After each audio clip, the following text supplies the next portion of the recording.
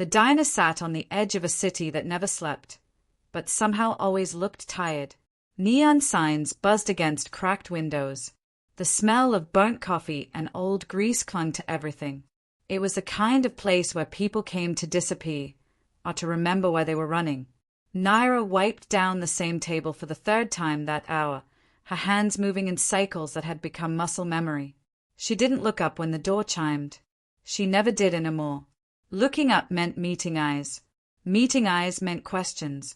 Questions meant answers she didn't have the strength to give. She had been working at the diner for 8 months. 8 months since her life had folded in on itself like a house of cards in a storm. 8 months since her brother vanished, leaving behind nothing but debts that now wore her name. 8 months since she learned that kindness could be weaponized, that trust could be sold, and that family could mean nothing when money spoke louder. The regulars barely noticed her. To them, she was a shadow in a stained apron, a voice that said coffee without inflection, a presence that refilled cups and cleared plates and never, ever complained. They didn't know her name, not really. They called her sweetheart or hun, or sometimes nothing at all, just a snap of fingers or a raised mug. She had learned to make herself small, invisible, safe. But safety was an illusion in a city built on secrets. The kitchen manager, a man named Rourke with breath that smelled like yesterday's cigarettes, liked to remind her of what she owed. Not in dollars, though those numbers climbed higher every week, but in dignity. He'd lean too close when she counted tips, his voice low and oily, reminding her that people like her didn't get second chances, that working here was charity, that gratitude should be worn like a uniform. Naira never argued. Arguing required a voice, and hers had been buried somewhere beneath the weight of everything she carried. The other waitresses whispered. She heard them sometimes, in the bathroom or behind the counter when they thought she couldn't hear. They called her weak, strange, too quiet. They said she acted like she was better than them, with her silence and her downcast eyes. They didn't understand that silence wasn't pride. It was survival. And if stories like this echo in your heart, remember to like, comment, share, and check the description box below for more stories that stay long after they end. Maybe you're watching from a small town where diners still matter, or a city where everyone's running from something. Either way, this story is for you. The night it happened, the diner was nearly empty. Just 2 truck drivers nursing their 3rd cups of coffee and an old woman who came every Thursday to sit in the corner booth and stare at a photograph she kept in her wallet. Naira was counting down the minutes until her shift ended. Counting down the minutes until she could walk the 6 blocks to her apartment, lock the door, and pretend for a few hours that the world outside didn't exist. Then the door opened. 3 men walked in, and the temperature in the room dropped. Not literally, but Naira felt it. Everyone did. The truck drivers glanced up, then quickly back down at their cups. The old woman tucked her photograph away and folded her hands in her lap. Even Rock, who usually swaggered through the diner like he owned it, suddenly found something very interesting to clean behind the counter. The men wore suits. Expensive ones. The kind that didn't belong in a place like this. The kind that cost more than Naira made in 6 months.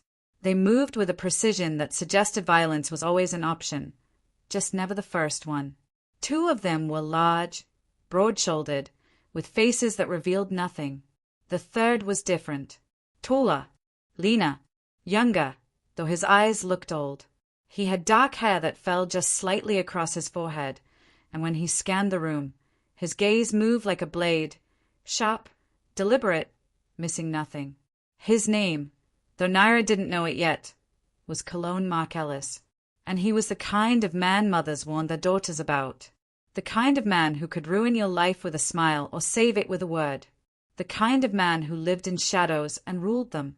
He sat down at the counter, not in a booth, like most people, not at a table.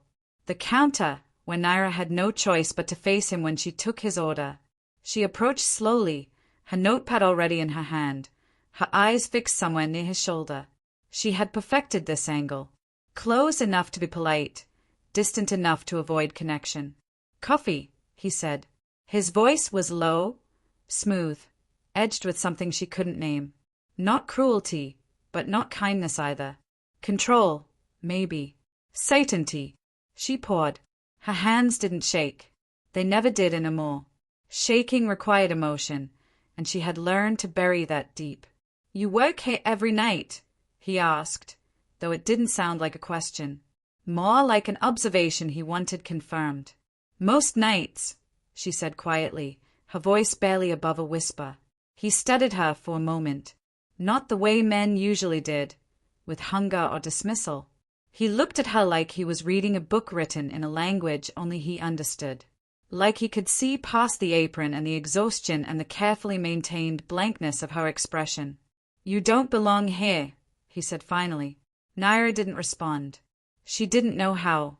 People told her what she was all the time. Too quiet, too weak, too strange. But no one had ever told her what she wasn't. Before she could step away, one of the men with cologne reached across the counter and grabbed her wrist. Not hard, but firm enough that she froze. "Boss asked you a question," the man said, his voice flat. Cologne didn't look at his associate. He didn't raise his voice. He simply said, "Let her go," and the hand released immediately. Naira pulled her arm back, cradling it against her chest. Her heart pounded, but her face remained calm. She had learned that too, how to keep fear inside, where it couldn't be used against her. Cologne leaned back slightly, his gaze never leaving her. "What's your name?" "Naira," she said, because lying seemed pointless. He repeated it, like he was testing the weight of it. "Naira." Then he nodded, once, and picked up his coffee. "Thank you, Naira."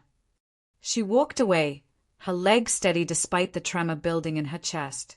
She didn't know why he was there, didn't know what he wanted, but she knew, with a certainty that settled cold in her stomach, that her life had just shifted, that the invisible line she'd been walking had suddenly narrowed, that safety, already fragile, had just become a memory. The men stayed for 20 minutes. They didn't order food, didn't speak much. When they left, Cologne placed a $100 bill on the counter, far too much for a single cup of coffee. Naira stared at it for a long time after they were gone, unsure if it was a gift or a warning. Rourke took it before she could decide, pocketing it with a grin that made her skin crawl. "Looks like you made an impression," he said, his tone suggesting she'd done something wrong. That night, Naira walked home under streetlights that flickered like dying stars. She kept her head down, her keys gripped between her fingers. The city felt louder than usual, every car horn and distant shout a reminder that she was small and the world was vast and indifferent. The diner sat on the edge of a city that never slept, but somehow always looked tired. Neon signs buzzed against cracked windows. The smell of burnt coffee and old grease clung to everything. It was the kind of place where people came to disappear, or to remember where they were running. Naira wiped down the same table for the third time that hour, her hands moving in cycles that had become muscle memory. She didn't look up when the door chimed. She never did anymore. Looking up meant meeting eyes. Meeting eyes meant questions. Questions meant answers she didn't have the strength to give. She had been working at the diner for 8 months. 8 months since her life had folded in on itself like a house of cards in a storm. 8 months since her brother vanished, leaving behind nothing but debts that now wore her name. 8 months since she learned that kindness could be weaponized, that trust could be sold, and that family could mean nothing when money spoke louder. The regulars barely noticed her. To them, she was a shadow in a stained apron, a voice that said coffee without inflection, a presence that refilled cups and cleared plates and never, ever complained. They didn't know her name, not really. They called her sweetheart or hun, or sometimes nothing at all, just a snap of fingers or a raised mug. She had learned to make herself small, invisible, safe.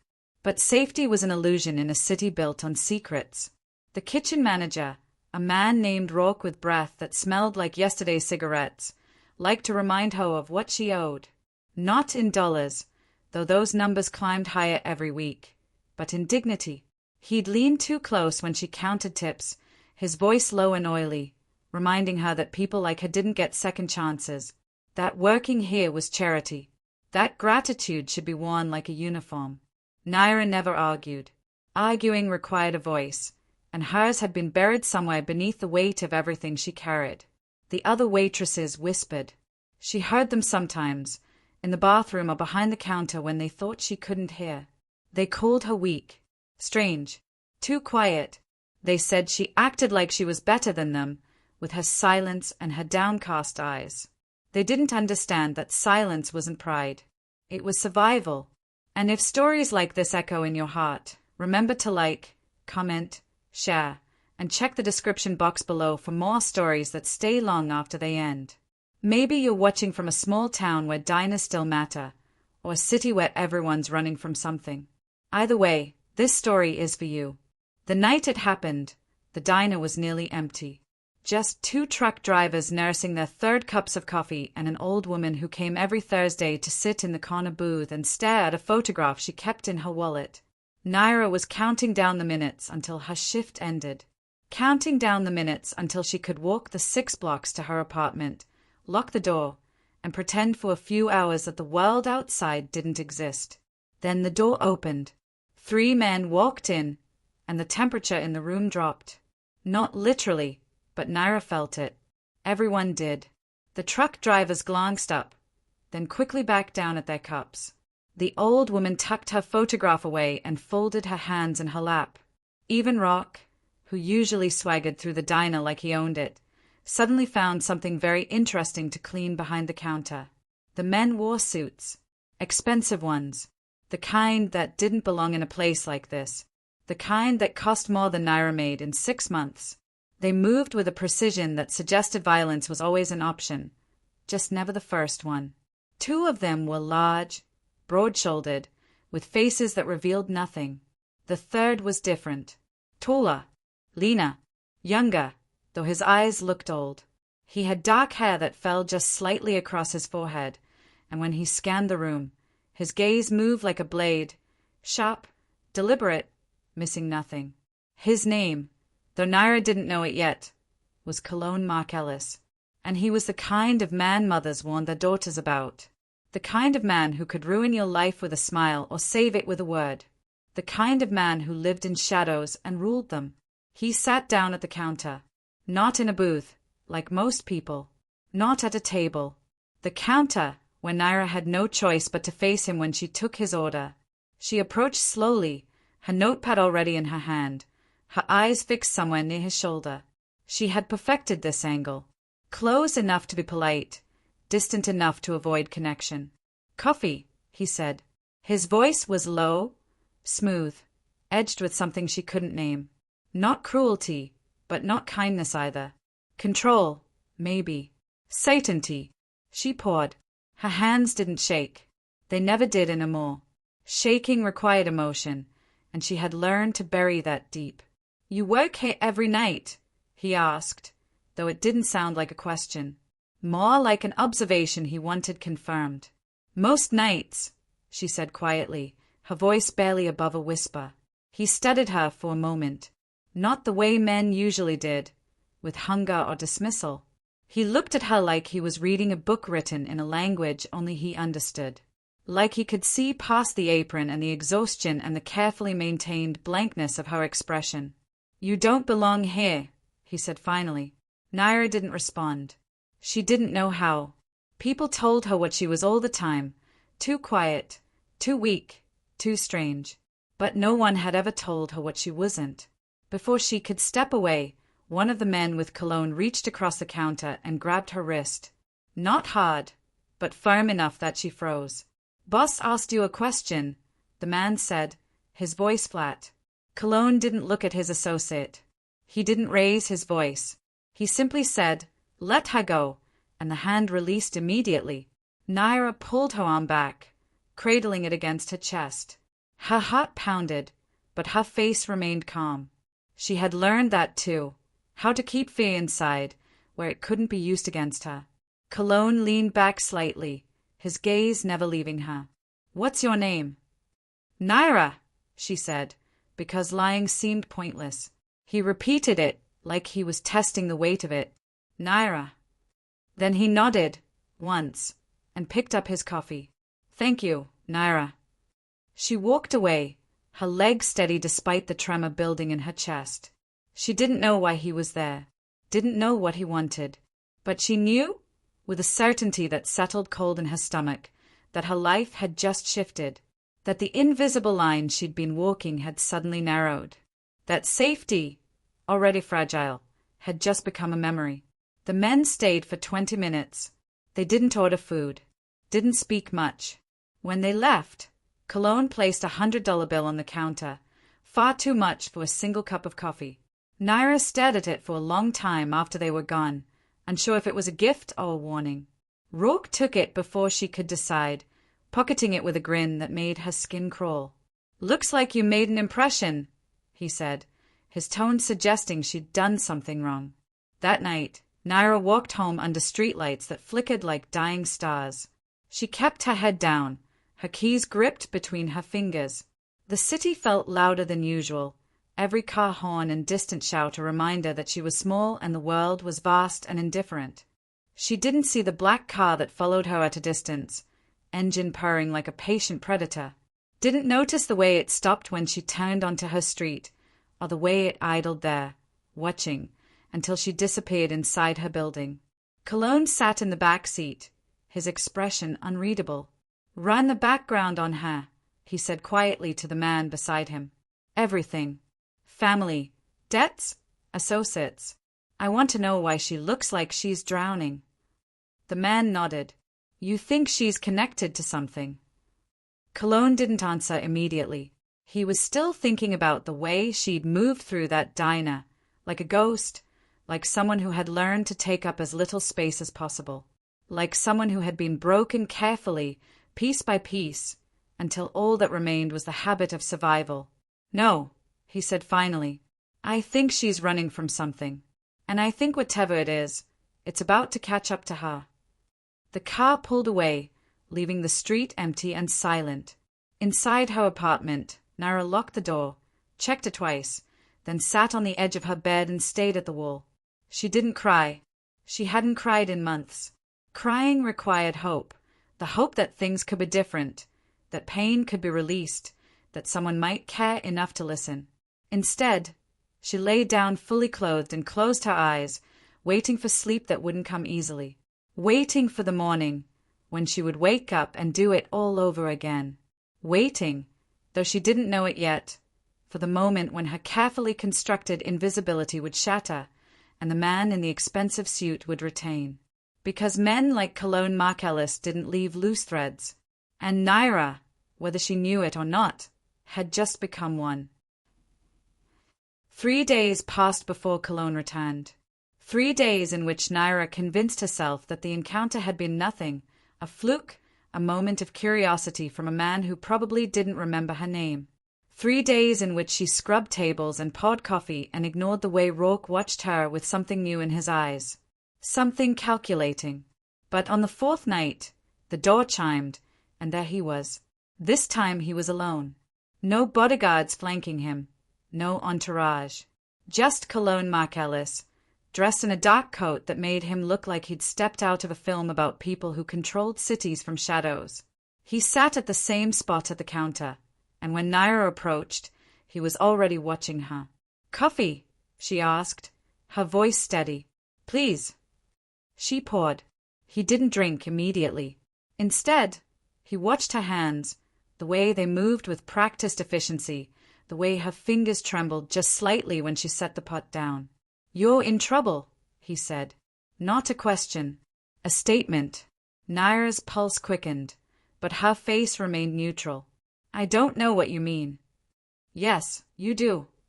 He took a slow sip of his coffee, his gaze never leaving hers. "You're carrying something heavy. Debt, maybe. Or a name that doesn't belong to you anymore. Either way, it's going to drown you if you're not careful." She wanted to walk away, wanted to tell him that whatever he thought he knew, he was wrong. But the words stuck in her throat, because he wasn't wrong. He was exactly right, and the fact that he could see it, see her, when everyone else looked through her, was more terrifying than any threat. "I can handle it," she said quietly. "Can you?" He leaned forward slightly, his voice dropping. "Because from where I'm sitting, It looks like you're barely holding on.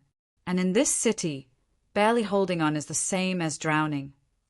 Before this chapter fades, take a moment to like, comment, share, and check the description box below, because every story deserves to be remembered. Naira didn't respond. She couldn't, because he was saying out loud all the things she'd spent months trying to bury. Cologne reached into his coat and pulled out a small envelope. He set it on the counter between them, his hand resting on it for a moment before he slid it toward her. "Open it later," he said. "When you're alone." "I can't." "You can." His tone wasn't harsh, but it left no room for argument. "And you will, because whatever you're running from, it's already found you. And when it does, you're going to need help. My help." "Why?" The word slipped out before she could stop it. "Why do you care?" For the first time, something shifted in his expression. Not softness. Cologne Markellis didn't do soft. But something close. Something almost human. "Because I know what it looks like when someone's been left to drown," he said quietly. "And I don't like the view." He stood, placed another bill on the counter, this time a 50, and buttoned his coat. "Read it," he said again, nodding toward the envelope. "And if you're smart, you'll call the number inside." Then he was gone, the door chiming behind him, leaving Naira alone with the envelope and a choice she wasn't ready to make. She waited until her shift ended. Waited until the diner was locked and the streets were empty and she was back in her apartment, the door triple locked behind her. Only then did she open the envelope. Inside was a single piece of paper with a phone number written in clean, precise handwriting. No name, no explanation, just 10 digits and, beneath them, 3 words, asterisk when you're ready. Asterisk. Naira stared at it for a long time. She thought about throwing it away. Thought about pretending she'd never seen it, never met him, never felt the weight of his gaze like a spotlight on all her hidden fractures. But she didn't throw it away. Instead, she folded it carefully and tucked it into the drawer of her nightstand, beneath old receipts and a photograph of her brother from before everything fell apart. She told herself she wouldn't call, that she didn't need help, especially not from a man who lived in a world she wanted nothing to do with. But as she lay in bed that night, staring at the ceiling, she couldn't stop thinking about what he'd said.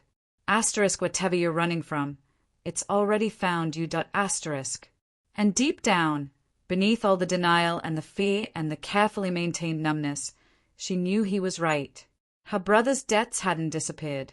The people he owed, dangerous people, the kind who collected in blood when cash wasn't enough, hadn't forgotten. They'd just been patient, waiting, watching. And every day she worked at that diner, every day she pretended she could outrun her past, they were getting closer. The knock came 2 nights later. Naira was halfway through her shift when Rourke appeared at her side, his face pale, his usual bravado replaced by something that looked almost like fear. "There's someone here to see you," he said quietly. "Who?" "Just go to the back office. Now." Her stomach dropped.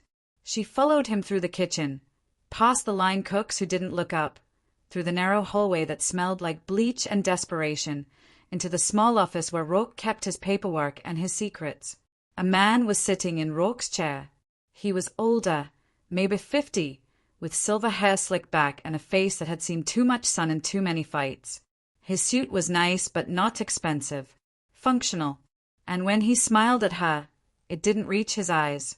"Naira," he said, her name sounding wrong in his mouth. "We need to talk about your brother." She didn't sit, didn't move. "I don't know where he is." "I know you don't." He leaned back, lacing his fingers together. "But that doesn't change what's owed. $73,000. With interest, we're looking at closer to 90 now. That's a lot of money, Naira." "I don't have it." "I know that too." His smile widened, and it was the cruelest thing she'd seen in months. "But you have something else. Time, a body, a willingness to work. We can come to an arrangement." The implication hung in the air like smoke. Naira felt her chest tighten, felt the walls of the small office closing in. She'd known this was coming. Known it for months. But knowing and experiencing were two different kinds of violence. I'm not. You don't have a choice, the man said, his voice hardening. Your brother made a deal. He lost. Now you pay. That's how this works. Naira's mind raced. She thought about the envelope, the phone number, the man with the dark eyes who'd said he could help. She thought about pride and survival and the difference between the two. She thought about how many times she'd told herself she could handle this alone. And then she thought about what being alone had cost her so far. I need time, she said, her voice barely audible. The man considered her for a long moment. Then he stood, straightening his jacket. You have 3 days, he said. After that, we start collecting in other ways. And trust me, Naira, you don't want to know what that looks like. He walked past her, pausing just long enough to add, clock's ticking. When she was alone, Naira leaned against the wall and closed her eyes. Her hands were shaking now. Her whole body was. The numbness that had protected her for so long was cracking, and beneath it was terror so raw it stole her breath. She didn't go back to the floor. She grabbed her coat, told Rourke she was sick, and walked out into the night. She didn't stop walking until she reached her apartment. Didn't stop until she was inside. Door locked, the envelope in her hands. She stayed at the phone number for 10 minutes. Maybe 15. Time felt strange, elastic. She thought about what calling would mean. What kind of world she'd be stepping into. What kind of man Cologne Mark Ellis really was. But then she thought about the alternative. About 3 days. About men who collected debts in ways that left scars you couldn't see. She picked up her phone. Dialed the number. It rang twice before a voice answered.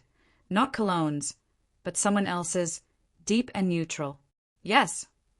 I need to speak to Cologne, Naira said, her voice steadier than she felt. Who's calling? Naira. He gave me this number. There was a pause. Then, stay where you are. Someone will come for you. The line went dead. Naira sat on the edge of her bed, phone still in her hand, and waited. She didn't know what she'd just set in motion. Didn't know if she'd made the right choice or just traded one cage for another. But as the minutes ticked by, she felt something she hadn't felt in months. Not hope, exactly, but not drowning, either. And maybe, just maybe, that was enough. The car arrived 30 minutes later. Black, sleek, windows tinted so dark they looked like panels of night. It idled outside her building, engine humming low, patient. Naira watched from her window, her breath fogging the glass. She'd thrown on a jacket over her diner uniform, hadn't bothered to change. There wasn't time, and vanity felt like a luxury she couldn't afford. When she stepped outside, the rear door opened. No one got out to greet her. No one spoke. Just the open door and the implicit command to get in. She hesitated for only a moment. Then she slid into the back seat. The interior smelled like leather and expensive cologne. The man driving didn't turn around, didn't acknowledge her. But the man in the passenger seat, one of the bodyguards from that first night at the diner, glanced back and gave her a small nod. Seat belt, he said, and that was all. They drove for 20 minutes, winding through streets Naira recognized and then streets she didn't. The city transformed as they moved, the broken neon and crumbling brick giving way to cleaner roads, taller buildings, the kind of architecture that whispered wealth and power. She'd never been to this part of town, never had reason to. People like her didn't belong here. The car pulled up to a building that looked like it had been designed by someone who understood that intimidation could be elegant. All glass and steel, reaching into the sky like a blade. The lobby was marble and silence. The elevator was mirrored, and Naira avoided looking at herself as they ascended. They stopped on the top floor. The doors opened into a penthouse that didn't feel like a home. It felt like a throne room. High ceilings, floor-to-ceiling windows overlooking the city. Furniture that looked expensive but unused, as if the space existed more as a statement than a place to live. Cologne was standing by the window, hands in his pockets, staring out at the lights below. He didn't turn when she entered. "Leave us," he said quietly, and the two men who'd brought her disappeared without a word. Naira stood in the center of the room, unsure where to look, what to do with her hands. She felt small here, not just physically, but existentially, as if the room itself was a reminder of how far she was from the world she understood. "You called," Cologne said, finally turning to face her. His expression was unreadable. "That was smart." "I didn't have a choice." "Everyone has a choice." He walked toward her slowly, his footsteps muted on the thick carpet. "The question is whether you're willing to live with the consequences of it. If your heart's still racing, breathe. And don't forget to like, comment, share, and check the description box below for more stories that remind us what love costs." Naira lifted her chin slightly, a reflex she hadn't used in months. "A man came to see me about my brother's debts. He gave me 3 days." Cologne's jaw tightened, just barely. "Name?" "He didn't give one. But he knew everything. How much is owed? Where I work? Where I live?" "Describe him." She did, and as she spoke, she saw something shift in Cologne's expression. Not surprise, but recognition. And beneath that, something colder. Anger, maybe, though he wore it like armor. "Leonid Vero," Cologne said when she finished. "He works for the Petro family. Mid-level enforcer. The kind of man who enjoys making people squirm." "You know him?" "I know everyone in this city worth knowing. And some who aren't." He studied her for a moment. "How much does your brother owe?" 90,000. With interest." Cologne didn't flinch. The number that would have ruined Naira's life 10 times over barely registered on his face. "And you came here because you thought I could help." "I came here because you told me to." Her voice was sharper than she intended, but she didn't apologize. "I came here because I'm out of options." "Good," Cologne said. "That makes this easier." He walked to a desk near the window and opened a drawer. When he returned, he was holding a checkbook. He wrote quickly, tore off a check, and held it out to her. Naira stared at it, at the numbers, at his signature, elegant and precise. $90,000. The exact amount. "I can't take this," she said. "Yes, you can." "I can't pay you back." "I'm not asking you to." He pressed the check into her hand, closing her fingers around it. "Consider it an investment." "In what?" He smiled then, but it wasn't warm. It was the smile of a man who understood that everything in life was a transaction, and the only question was what currency you were willing to trade. "In you," he said, "because you're going to work for me now." The words landed like stones in water. Naira took a step back, clutching the check. "I don't understand." "You need protection. Money. A way out of the hole your brother dug for you. I'm offering all of that. But nothing's free, Naira. You know that." "What do you want from me?" "To start, your time. Your presence. I need someone I can trust, someone who doesn't have ties to the families, someone who can move through spaces without raising suspicion." He tilted his head slightly.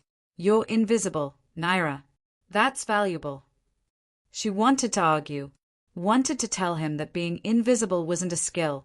It was a survival tactic born from too many people looking away. But she didn't, because he was right, and because the check in her hand was the difference between drowning and breathing.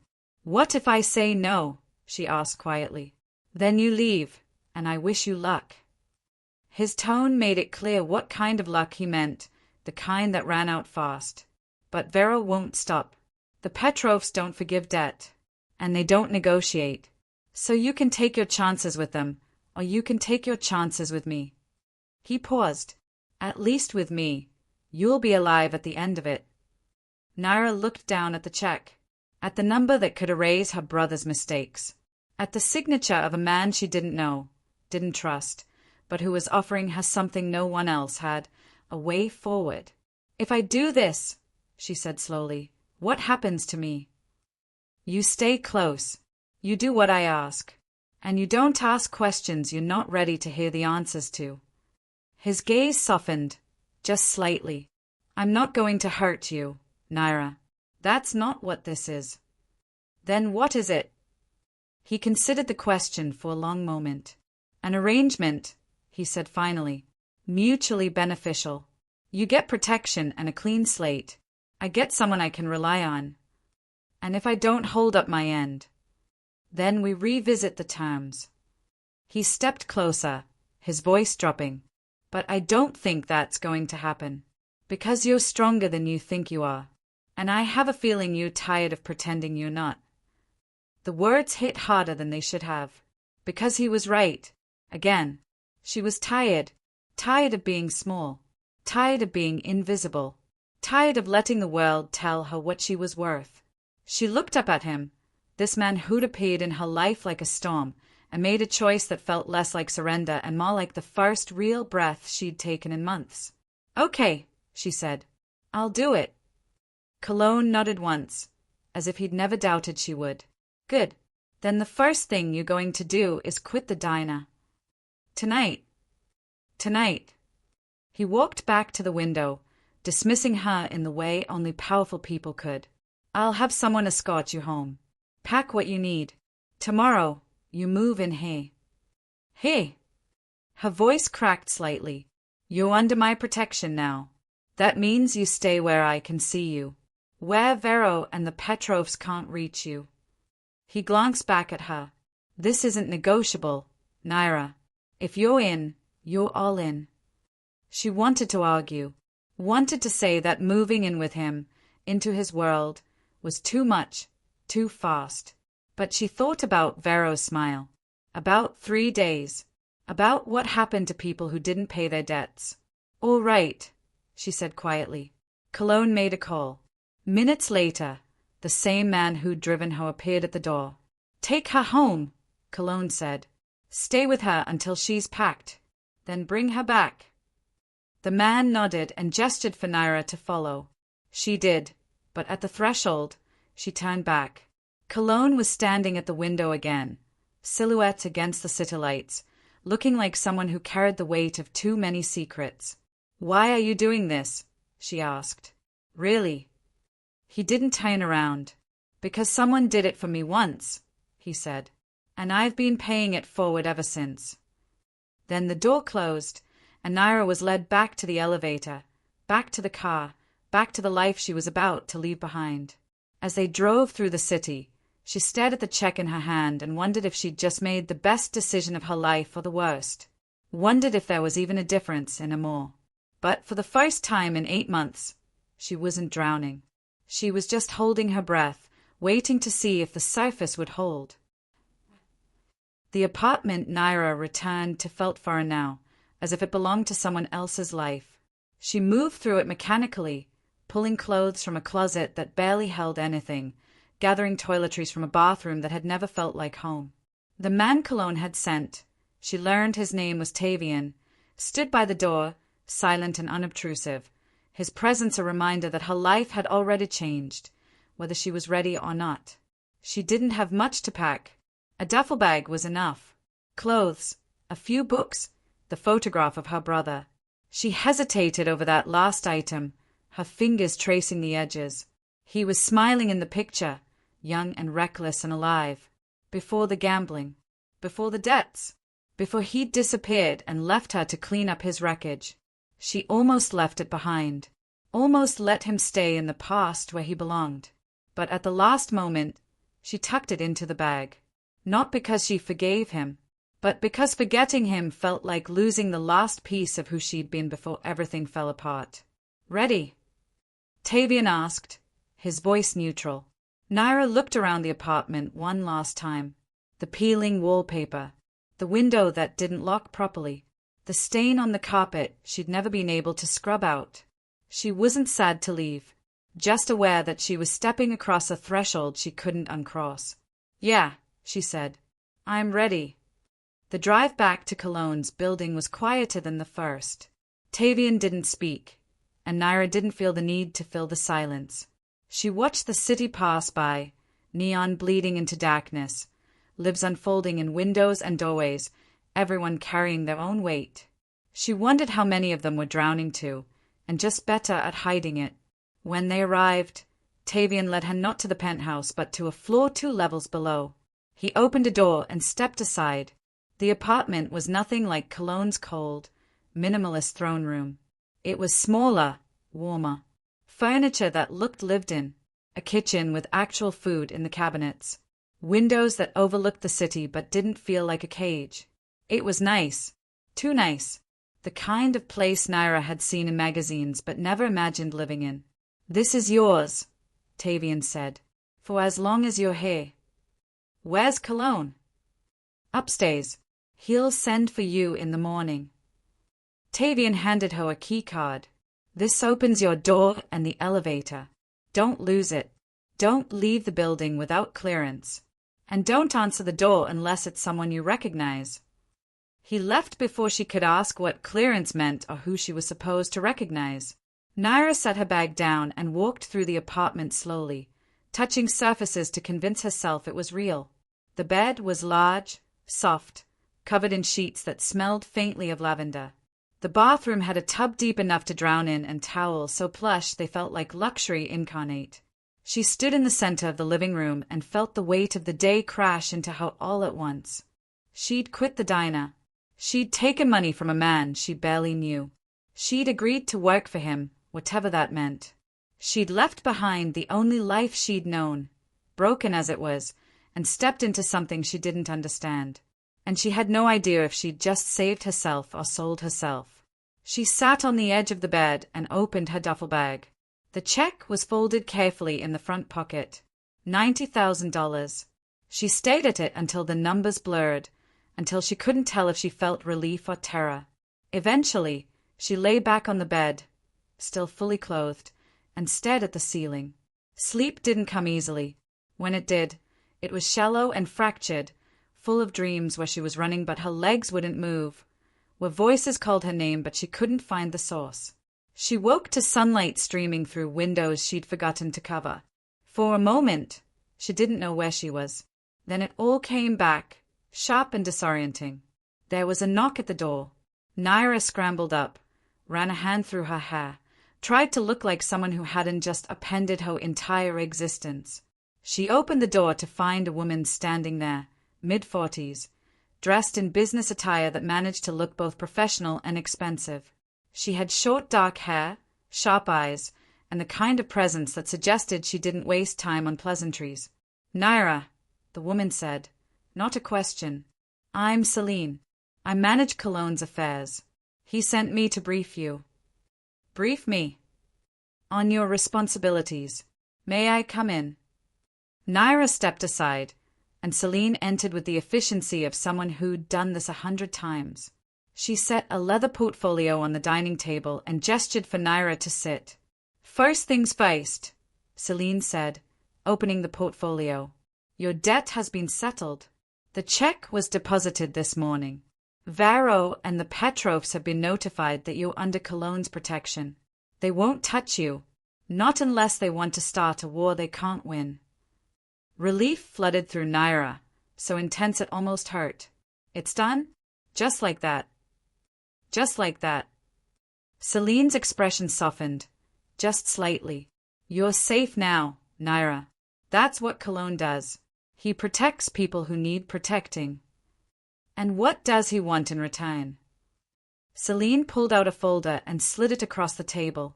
Inside were documents, contracts, pages of fine print that made Naira's head spin. "You'll work for him. Officially, you're a consultant. Unofficially, you're an observer. You'll accompany him to meetings, events, places where he needs someone who doesn't look like they belong to his world. You'll listen. You'll watch. And you'll report back anything unusual." "You mean I'm a spy?" "I mean you're an asset."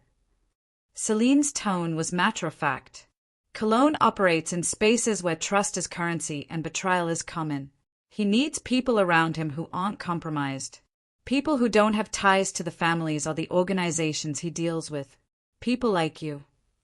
Naira scanned the documents, but the words blurred together. What if I see something I'm not supposed to? What if someone figures out what I'm doing? Then you stay quiet and tell Cologne later. You're not law enforcement. You're not obligated to report anything to anyone except him. And as for being discovered, Celine leaned back, crossing her arms. That's why he chose you. You're good at being invisible. You've been doing it your whole life. The observation stung because it was true. Naira closed the folder. When do I start? Tonight. There's an event. A fundraiser for a city councilman. Cologne will attend, and you'll go with him.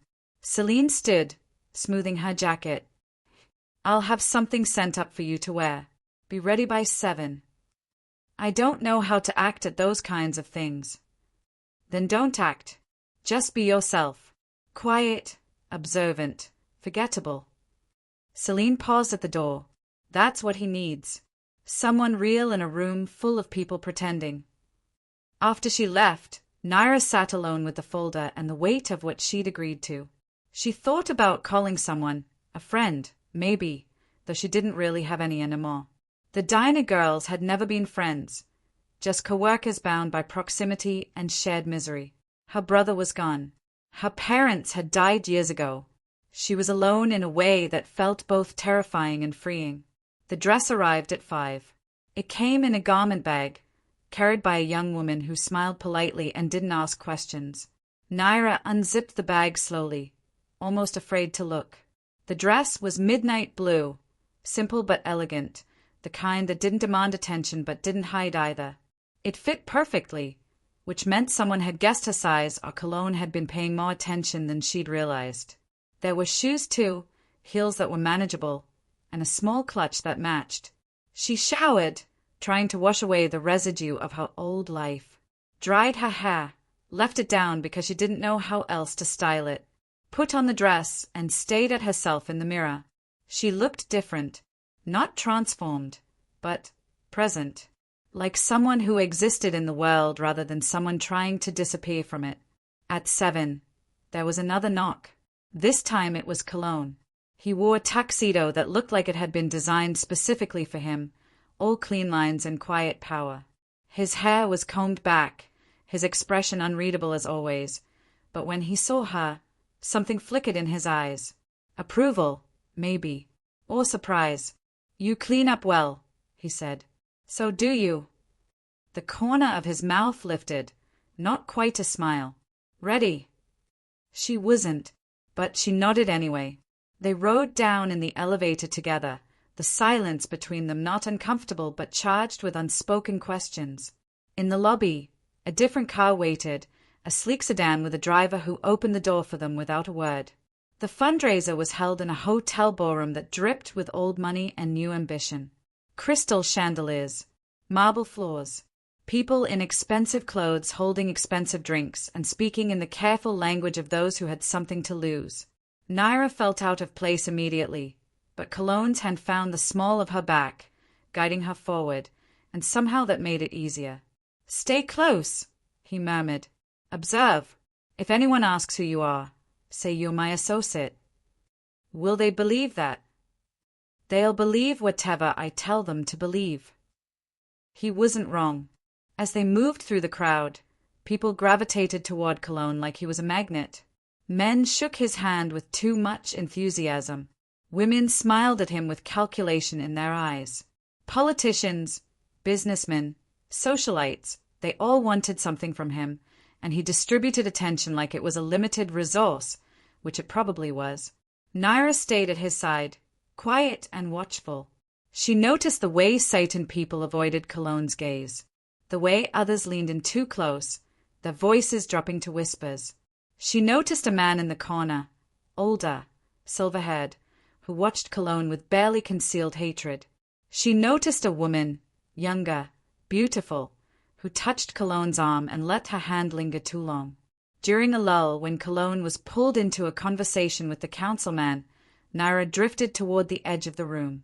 She wasn't trying to eavesdrop, but sound carried, and she heard fragments, deals being made, alliances being tested, threats wrapped in polite language. Mark Ellis thinks he owns this city. He doesn't own it. He just knows where all the bodies are buried. Same thing, isn't it? Naira filed it away, everything she heard, every glance and gesture that seemed out of place. This was what Cologne wanted. This was what she was here to do. Midway through reflection like this, remember to like, comment, share, and check the description box below for more stories where silence speaks louder than words. When Cologne found her again, his hand settled naturally on her arm. "We're leaving," he said quietly. She didn't argue. They made their exit smoothly, Cologne offering charming goodbyes to the people who mattered and ignoring those who didn't. In the car, he was silent for a long time, staring out the window at the city passing by. "You did well," he said finally. "I didn't do anything." "Exactly." He turned to look at her, and in the dim light of the car, his features seemed softer, almost human. "You didn't draw attention. Didn't ask stupid questions. Didn't try to impress anyone. That's harder than it sounds. I'm good at being invisible." "You keep saying that like it's a weakness." His gaze held hers. "It's not. In my world, invisibility is survival. And you, Naira, are very good at surviving." She didn't know what to say to that, so she said nothing, and they rode the rest of the way in silence that felt less empty than before. Back at the building, Cologne walked her to her door. "Tomorrow, we'll go over what you saw tonight," he said. "Get some rest." "Cologne," she said, and he paused. "Why me? Really? There are 1,000 people you could have chosen." He considered the question, his expression unreadable. "Because you don't want anything from me," he said finally. "Everyone else in my life wants something. Power, money, protection, access. But you just want to survive. And that makes you the most honest person I've met in years." He left her standing in her doorway, his words echoing long after his footsteps faded. Inside, Naira kicked off the heels and sat on the couch, still wearing the dress. She thought about the night, about the people she'd seen, about the way Cologne moved through that world like he'd been born to it. She thought about how easily she'd slipped into the role he'd given her, how natural it felt to watch and listen and fade into the background. Maybe she was good at it. Maybe that was her value. Or maybe, she thought as exhaustion pulled her toward sleep, maybe she was just tired of pretending to be anything else. The days began to blur together, each one bleeding into the next in a rhythm Naira hadn't expected to find comforting. She attended meetings with Cologne, some in boardrooms with men in suits, others in dimly lit restaurants where conversations happened in code. She learned to read rooms the way she'd once read the diner, who was angry, who was afraid, who was lying. She reported back everything, and Cologne listened with the focus of someone for whom details meant survival. She learned other things too. That Cologne didn't sleep much, judging by the lights in his penthouse at 3 in the morning. That he drank his coffee black and his whiskey neat. That he had a scar on his left hand he never talked about. That people feared him not because he was cruel, but because he was precise. He never wasted violence, never made threats he wouldn't keep, never forgot a debt or favor. She learned that his world operated on a balance so delicate that one wrong move could topple everything. And she learned that she was becoming part of that balance, whether she wanted to be or not. 3 weeks in, Cologne called her to his penthouse late at night. She'd been reading, curled up on her couch in sweatpants and an old t-shirt, trying to remember what it felt like to be normal. The call came through on the phone Celine had given her, an encrypted line that only Cologne and a handful of others had access to. "Come upstairs," was all he said. She changed quickly, throwing on jeans and a sweater, and took the elevator up. The penthouse was dark except for the lights of the city streaming through the windows and a single lamp near the desk where Cologne sat, paper spread out before him like a map of some invisible war. He looked tired. It was the first time she'd seen him look anything less than in control. "Sit," he said, gesturing to the chair across from him. She did. "What's wrong?" "There's a problem." He leaned back, rubbing his eyes. "One of my shipments was intercepted. $10 million worth of." He stopped, seemed to reconsider. It doesn't matter what. What matters is someone knew the route, the timing, the security codes. Someone inside my operation gave me up. Naira's stomach tightened. Do you know who? I have suspicions, but suspicions aren't proof. He looked at her, his gaze sharp despite the exhaustion. I need you to help me find out. How? I don't know anything about your business. No, but you know how to watch people. How to see when someone's lying, when they are nervous, when they are hiding something. He stood and walked to the window, hands in his pockets. There's a meeting tomorrow. All my top people will be there. I'm going to tell them about the shipment, gauge reactions. And I need you there, watching. You think one of them will give themselves away. I think people who betray me don't sleep well. And tired people make mistakes. He turned back to her. Can you do this? She wanted to say no. Wanted to say this was too much. That she was just a waitress who'd stumbled into his world by accident. But she thought about the debt he'd erased. About the safety he'd given her. About the fact that for the first time in months, she wasn't just surviving, she was living. Yes, she said. I can do it. The meeting was held in a private room at the back of a restaurant Cologne owned. Naira arrived daily with him, dressed in dark slacks and a blouse that Celine had picked out. She took a seat in the corner, a tablet in her lap like she was there to take notes. Invisible again, but this time by design. One by one, Cologne's people filed in. Tavian, who she recognized. A woman named Inns who handled logistics. A man called Wraith who oversaw security. Others whose names she didn't know but whose faces she memorized. They greeted Cologne with varying degrees of warmth, took their seats, waited. Cologne didn't waste time. We lost the shipment, he said flatly. All of it. Someone leaked the route. The room erupted in careful denials, strategic questions. Naira watched. She saw Tavian's jaw tighten, his hands clench briefly before he forced them to relax. She saw Inns glance at her phone under the table, then quickly put it away. She saw Wraith look genuinely shocked, his face paling. But it was the man at the end of the table, a younger guy, maybe 30, with nervous energy and 2 quick eyes, who caught her attention. He didn't speak, didn't ask questions, just sat there, perfectly still, like he was afraid any movement would give him away. The meeting lasted an hour. Cologne assigned tasks, redistributed responsibilities, made it clear that he would find whoever was responsible and that the consequences would be severe. Everyone nodded. Everyone agreed. Everyone promised loyalty. When it was over and the room emptied, Cologne looked at Naira.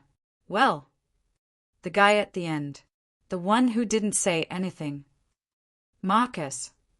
Cologne's expression didn't change, but she saw the acknowledgement in his eyes. What about him? Everyone else reacted. Anger, confusion, fear. But he just froze, like he already knew. Cologne was quiet for a moment. Then he pulled out his phone and made a call. I need you to pick up Marcus. Quietly. Bring him to the warehouse. He hung up and looked at Naira. Good eye. What happens now? Now I find out if you're right. She wanted to ask what finding out meant. Wanted to know if she'd just sent a man to his death. But the look on Cologne's face told her she didn't want those answers. Go home, he said quietly. I'll handle this. She did, but she didn't sleep. She lay in bed and stared at the ceiling and thought about Marcus, about what her observation might have set in motion. She thought about the line between survival and complicity, about how thin it was, about how easily she'd crossed it. The next morning, Cologne called her again. When she arrived at his penthouse, he was making coffee, his movements methodical and calm. You were right, he said without preamble. Marcus confessed. He was being blackmailed by the Volkov family. They had information on his sister, threatened to hurt her if he didn't cooperate. What did you do? I sent people to protect his sister. Then I dealt with the Volkovs. He poured 2 cups of coffee, handed one to her. Marcus is alive. Scared, but alive. I don't kill people for being weak, Naira, only for being greedy. She took the coffee, her hands warming around the cup. How do you do this? Live like this. One day at a time. He sat across from her, his gaze steady. And with people I can trust. Like you. I'm not sure I want to be someone you can trust. Not if it means. She trailed off, unsure how to finish. If it means what? Seeing the ugly parts? Making hard calls? He leaned forward slightly. You've been surviving in ugly for months, Naira. The only difference now is that you have power, protection, a choice in how it goes. Do I? She met his eyes. Or did I just trade one cage for another? That depends on how you see it. His voice softened, just barely. I'm not your jailer, Naira. You can leave whenever you want. I'll make sure you're safe, set you up somewhere far from here. But I think you know by now that running doesn't solve anything. It just moves the problem. He was right. Again. She hated how often he was right. I'm not leaving, she said quietly. I'm just adjusting. Good. He stood, taking his coffee to the window. Because I need you. It was the first time he'd said it so plainly. Not as a transaction, not as part of an arrangement. Just a simple admission that she mattered. Naira didn't know what to say. So she just sat there, drinking her coffee, watching him watch the city, and let the silence be enough. During peak tension like this, remember to like, comment, share, and check the description box below, because every choice comes with a price, and some stories make you feel the weight of it. Weeks turned into months, and Naira's life settled into a strange new normal. She attended more meetings, more events, more moments where the city's power brokers gathered and pretended to be civilized. She learned the names, the faces, the alliances and enmities that shaped Cologne's world.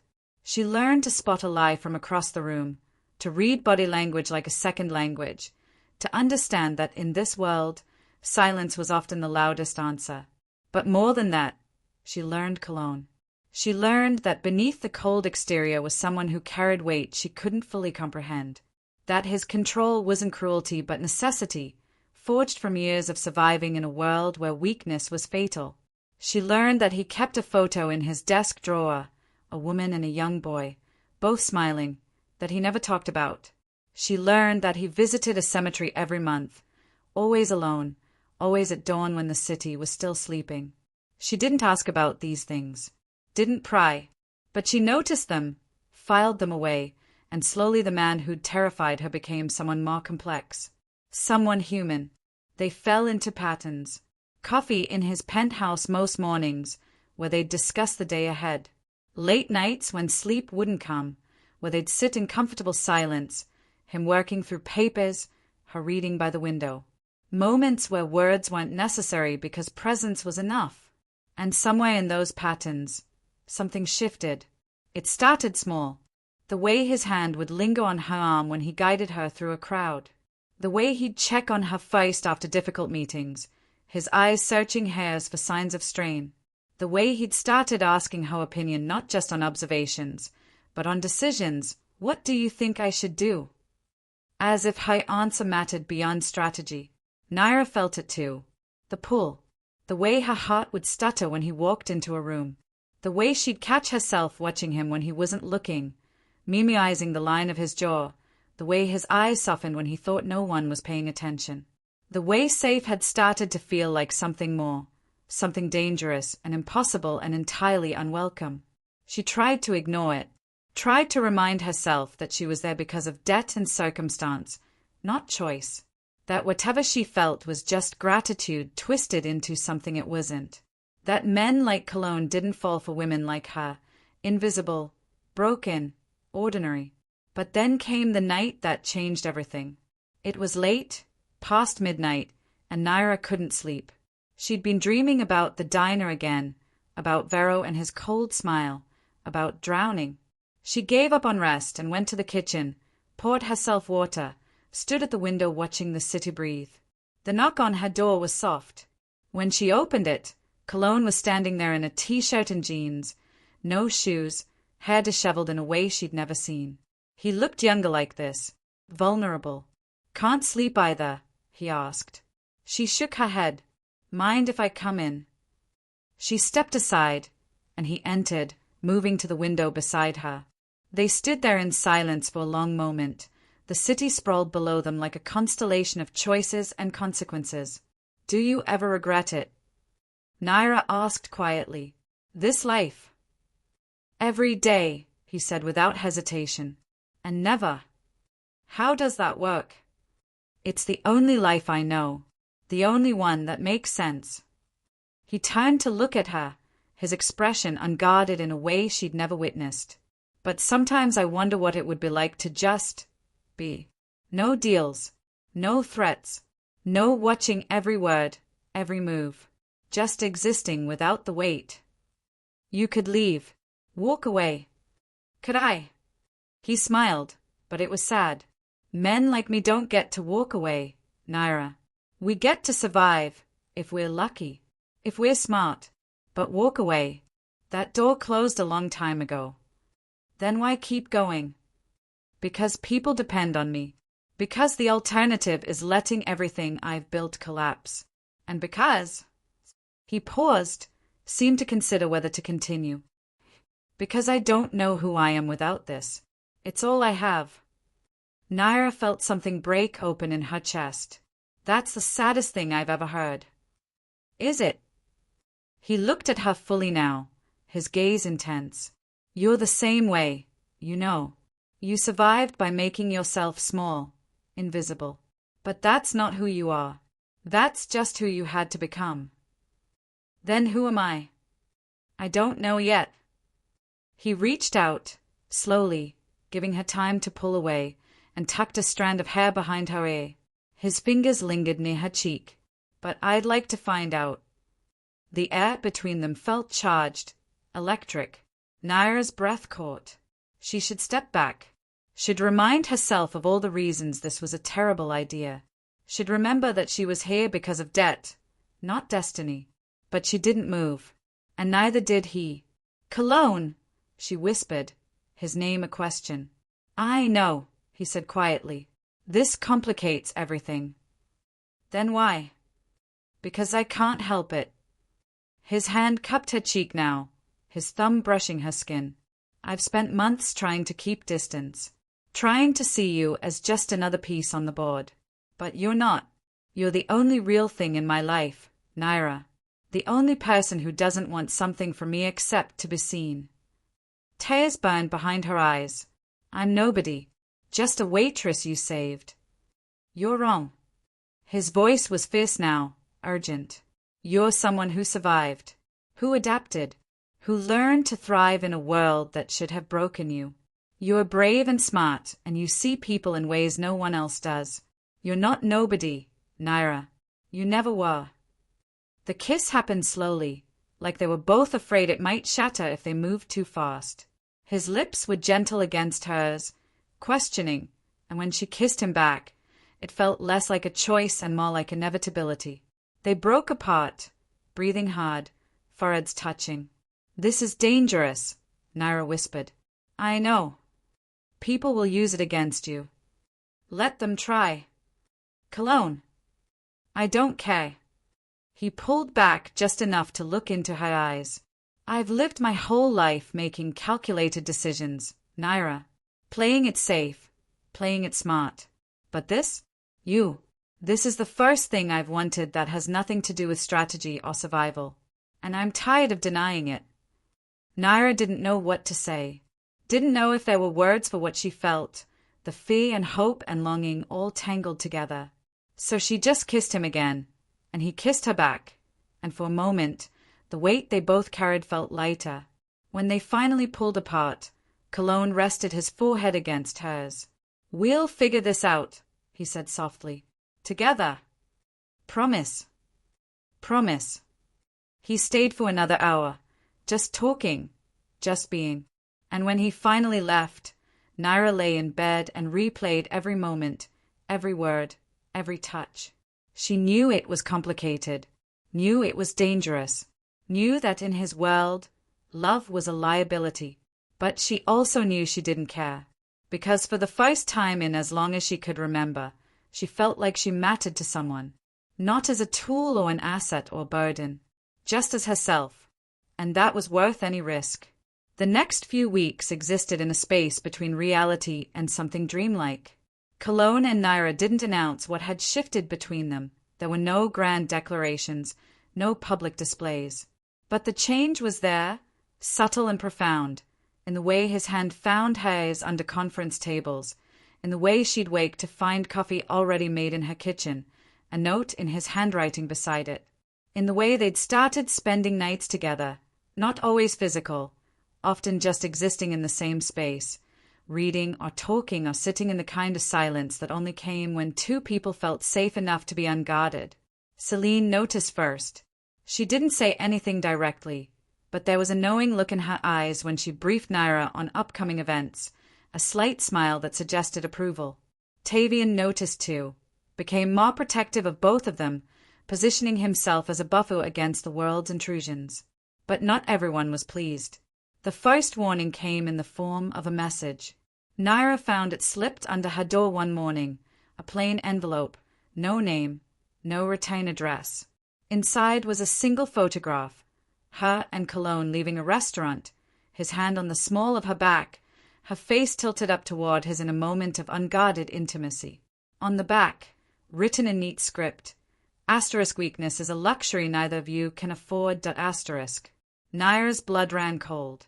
She took the photo straight to Cologne. He stayed at it for a long moment, his jaw tight, something dangerous flickering in his eyes. Someone's watching, he said quietly. Who? Could be any of a dozen people. The Volkovs, the Petrovs, competitors who think I'm distracted. He set the photo down carefully, like it might explode. This is what I was afraid of. That they'd know about us. That they'd use you to get to me. He looked at her, and for the first time since she'd known him, she saw real fear in his eyes. I can handle threats against me, Naira. I've been handling them my whole life. But if something happened to you because of me, nothing's going to happen to me. You can't know that. Neither can you. She moved closer, taking his hands. You said we'd figure this out together. That means not running at the first sign of danger. This isn't just danger, Naira. This is a target on your back. I've had a target on my back since the day my brother disappeared. At least now I have someone watching it with me. He pulled her close, buried his face in her hair. I won't let them hurt you, he said, his voice muffled. I'll burn this whole city down first. I know. She held him tighter, but let's not let it come to that. Cologne doubled security after that. Tavian was assigned to Naira permanently, shadowing her whenever she left the building. Cameras were installed, protocols updated. Cologne became more careful about where they were seen together, more strategic about public appearances. But in private, nothing changed. If anything, the threat drew them closer, made every moment feel both more precious and more fragile. One night, lying in Cologne's bed with the city lights painting shadows across the ceiling, Naira asked the question that had been building in her for weeks. Tell me about them. The people in the photo in your desk. Cologne went still. She felt the shift in him, the way his breathing changed. You saw that. Months ago. I didn't mean to, but I saw it. He was quiet for so long she thought he wouldn't answer. Then, my sister, and my nephew. Was? She died. Cancer. 3 years ago. His voice was flat, emotionless, which told her everything about how much emotion he was holding back. My nephew lives with her husband's family now. I send money, make sure he's taken care of. But I don't see him. It's safer that way. Naira's heart clenched. I'm sorry. She was the one who believed I could be more than this. More than what I became. He exhaled slowly. She was wrong, but I loved her for believing it anyway. Maybe she wasn't wrong. Maybe you just haven't become it yet. He turned to look at her, his eyes searching. You really believe that?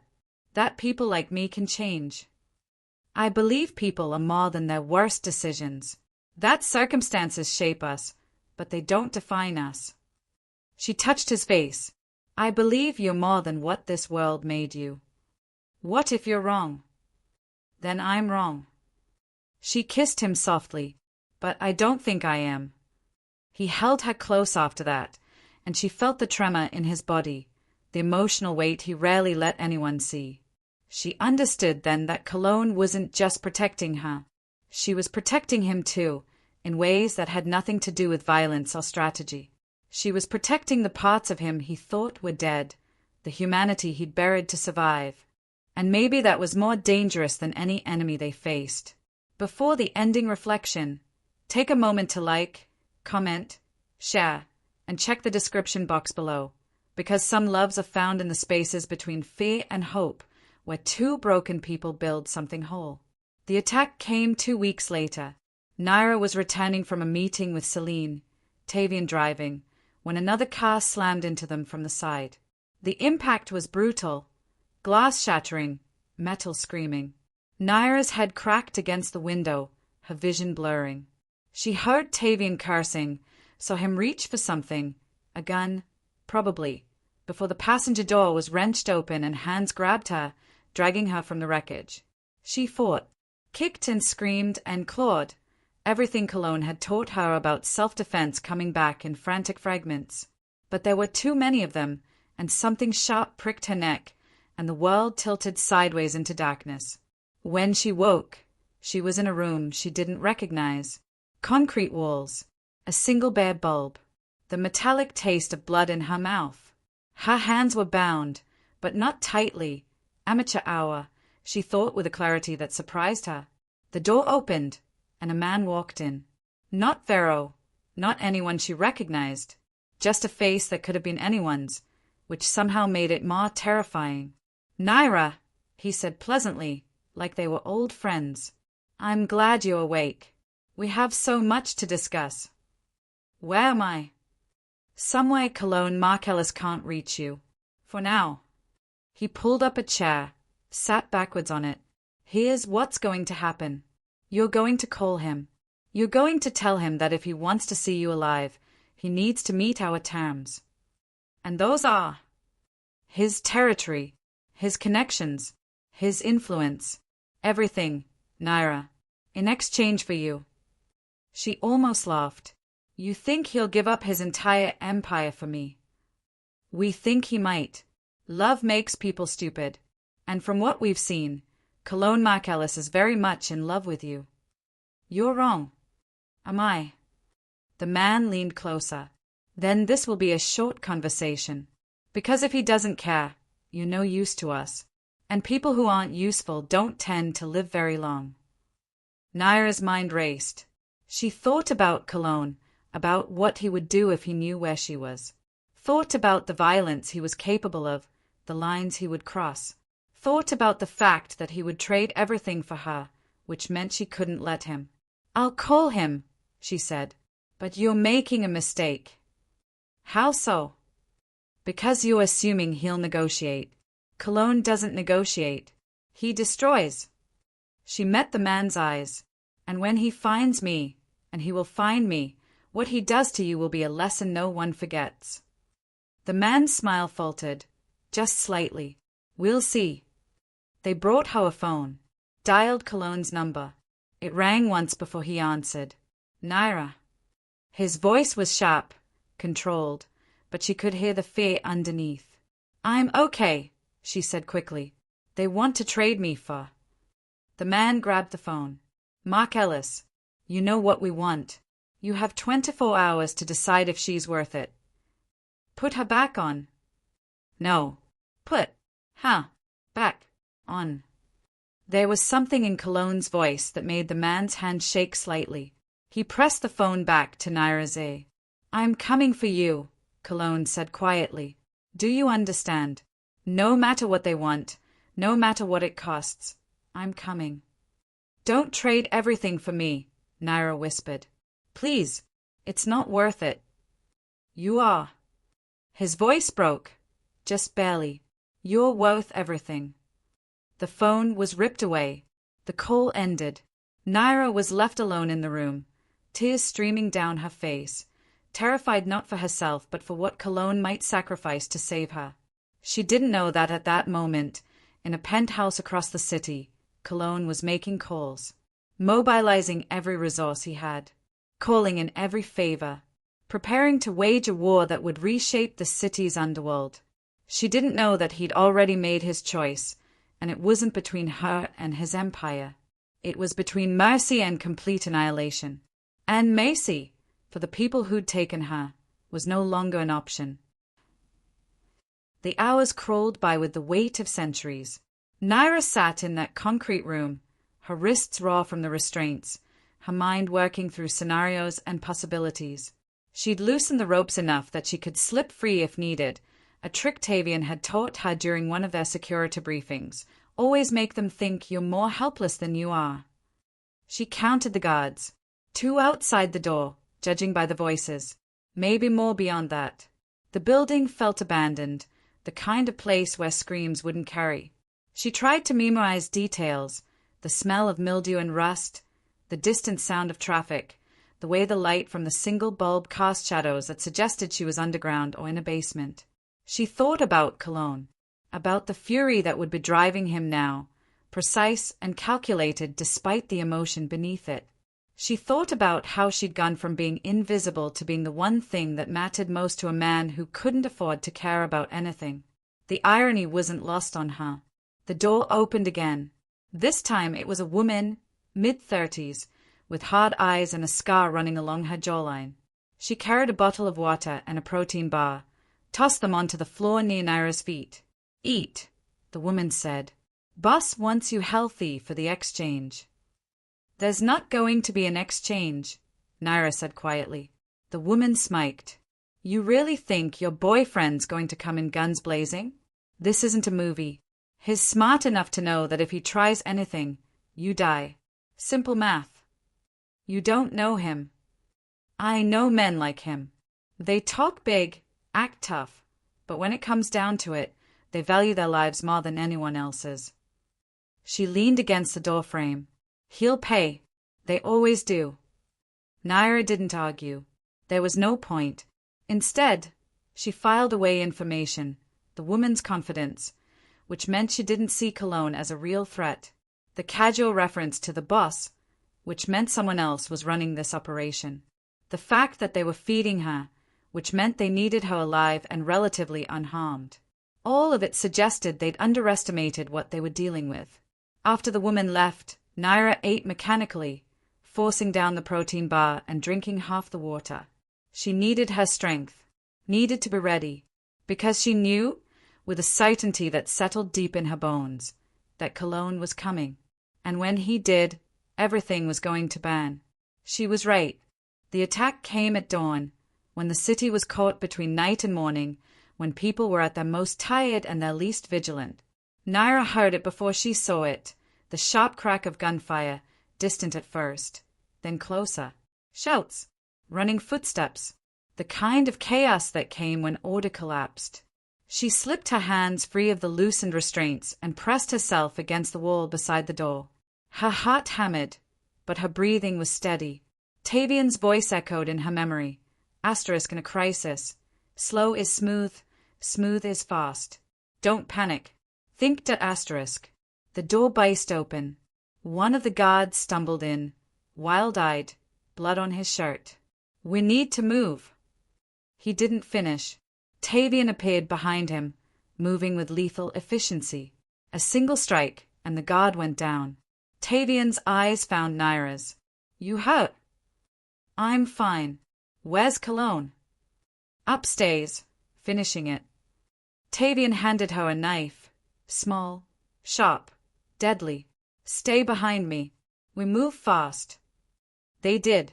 Through hallways that echoed with violence.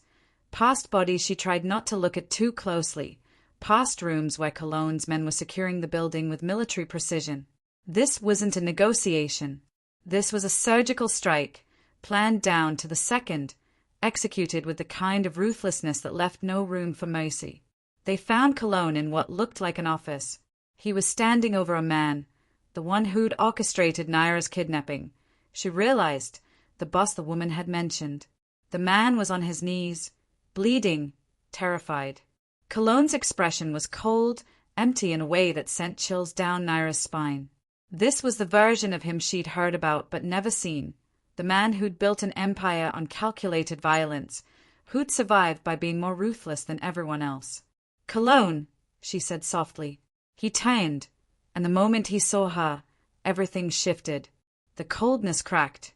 He crossed the distance between them in 3 strides, his hands framing her face, checking her for injuries with desperate thoroughness. "Did they hurt you?" His voice was raw. "No, I'm okay." He pulled her close, so tight she could barely breathe, and she felt the tremor running through him, relief and fury and fear all tangled together. "I thought," he couldn't finish. "I know, but I'm here. I'm okay." Behind them, the man on the floor made a sound. Cologne released Naira, turned back to him, the coldness sliding back into place like a mask. "Please," the man gasped. "It was just business. Nothing personal." "You made it personal when you touched her." Cologne's voice was quiet, which somehow made it more terrifying. "You made a calculation.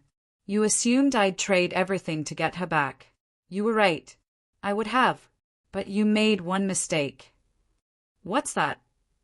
"You gave me time to find you first." Cologne looked at Tavian. "Make sure he understands what happens when people threaten what's mine. Then make sure no one else forgets." Tavian nodded. Naira didn't watch what came next. She let Cologne lead her out, through the building, into the cold dawn air where cars waited, engines running. They rode in silence. Cologne kept her hand in his, holding on like she might disappear if he let go.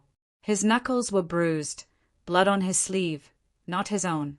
She didn't ask about it, didn't ask about the man left behind, or what message Tavian would send, or how many lives had ended in the last hour. She just held his hand and let him anchor himself to her presence. Back at the building, in the elevator up to his penthouse, Cologne finally spoke. "I meant what I said. I would have traded everything." "I know. That's not strategic. It's not smart. It's human," Naira finished. "It's human, Cologne. And there's nothing wrong with that." He looked at her, his eyes haunted. "In my world, human gets you killed. Maybe, or maybe it's what keeps you alive." She touched his face. "You're not just the things you've done. You're also this, the person who came for me, who wouldn't let me go, who felt something so deeply it terrified you. That's not weakness. That's strength." "I don't feel strong. I feel," he paused, searching for words, "exposed. Like I've shown my hand and now everyone knows where to hit me." "Then we'll deal with it. Together." She stepped closer. "You told me once that I was the only real thing in your life. You're the only real thing in mine too. So whatever comes next, we face it. Because I'm not going anywhere, Cologne. Not unless you want me to." "I don't." He kissed her, and it tasted like desperation and relief and promise. "I never want you to." They spent that day in his penthouse, doors locked, world shut out. Cologne was quieter than usual, processing what had happened, what it meant. Naira stayed close, not pushing, just present. She understood that he needed time to reconcile the man he'd been with the man he was becoming, the one who cared enough about someone that losing them would break him. That evening, as the sun set and painted the sky in shades of fire, Cologne told her things he'd never told anyone. About his sister, about the choices he'd made, about the people he'd lost and the weight he carried. About the fact that he'd built walls so high he'd convinced himself he didn't need anything on the other side. "And then you showed up," he said quietly. "This scared waitress who looked at me like I was just a man, not a monster or a king or a tool. Just a man. And suddenly all those walls felt like a cage." "So what do we do?" Naira asked. "We'll live." He took her hand. We'll live like we're not already dead. Like there's something beyond survival. Like there's a future worth building. Is there? With you? Yes. He kissed her knuckles. I can't promise you safety, Naira. I can't promise you a normal life. But I can promise you this, whatever time we have, I'll spend it making sure you know you matter. That you're seen. That you're loved. The word hung between them, unspoken until now but always present. Loved. I love you too, Naira whispered, and saying it felt like stepping off a cliff and discovering she could fly. They held each other as the city lights flickered on below, two people who'd found each other in the wreckage and decided that was enough, that maybe broken pieces could fit together in ways that made them whole. And in that moment, with the world outside still dangerous and uncertain, they chose each other anyway. Because love, real love, wasn't about safety or certainty. It was about finding someone worth the risk. The weeks after the attack were tense. Cologne's response had sent shockwaves through the city's underworld. The message was clear: Naira was untouchable, and anyone who forgot that would face consequences that made death look merciful. Some saw it as strength. Others saw it as vulnerability disguised as power. But the attack stopped. The threats quieted. Not because people stopped wanting to hurt Cologne, but because they understood the cost had become too high. Naira found herself settling into this strange new reality. She was no longer just Cologne's observer, his invisible asset. She was his partner in ways that transcended business. People knew her name now, knew her face. When she walked into rooms, conversations shifted, not because she demanded respect, but because she had Cologne's, and in his world, that was everything. Celine started including her in strategic meetings. Tavian taught her not just self-defense but actual combat techniques. Cologne gave her access to information, to decisions, to the inner workings of an empire she'd stumbled into by accident. "You're making me dangerous," she told him one night. "I'm showing you that you always were," he replied. "You just didn't know it yet." But with power came responsibility, and with visibility came choices. Naira started to see the full scope of Cologne's operations, not all of it legal, not all of it moral, but all of it operating under a code she hadn't expected. He protected the vulnerable, even as he exploited the greedy.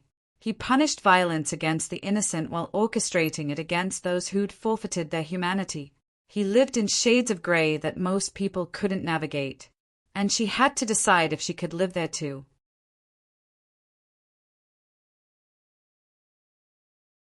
One afternoon, she found herself in Cologne's office while he handled a dispute between two of his lieutenants. The argument was about territory, about profits, about respect. Standard fare in his world. But one of the men, a guy named Christophe, kept pushing, kept challenging, until Cologne's patience wore thin. "Enough," Cologne said, his voice cutting through the argument like a blade. "You want more territory. Ain't it? You want more respect? Stop whining and start producing. I don't have time for this."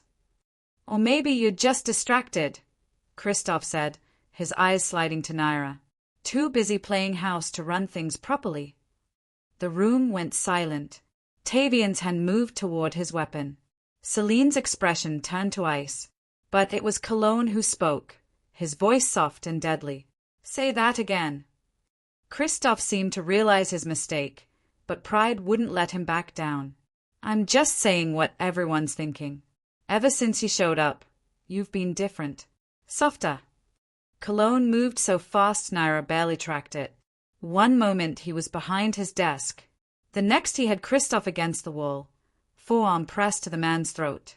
"Let me make something very clear," Cologne said, his voice calm despite the violence in his posture. "Naira is not a distraction. She's not a weakness. She's the reason I haven't burned this whole operation to the ground out of sheer boredom. She's the reason I still give a damn about any of this. So if you or anyone else thinks she's something you can use against me, understand this. I will end you so thoroughly that no one will remember your name. Are we clear?" Christophe nodded, gasping. Cologne released him, stepped back, straightened his jacket. Get out. All of you. Meeting's over. They left quickly. Only Naira remained. You didn't have to do that, she said quietly. Yes, I did.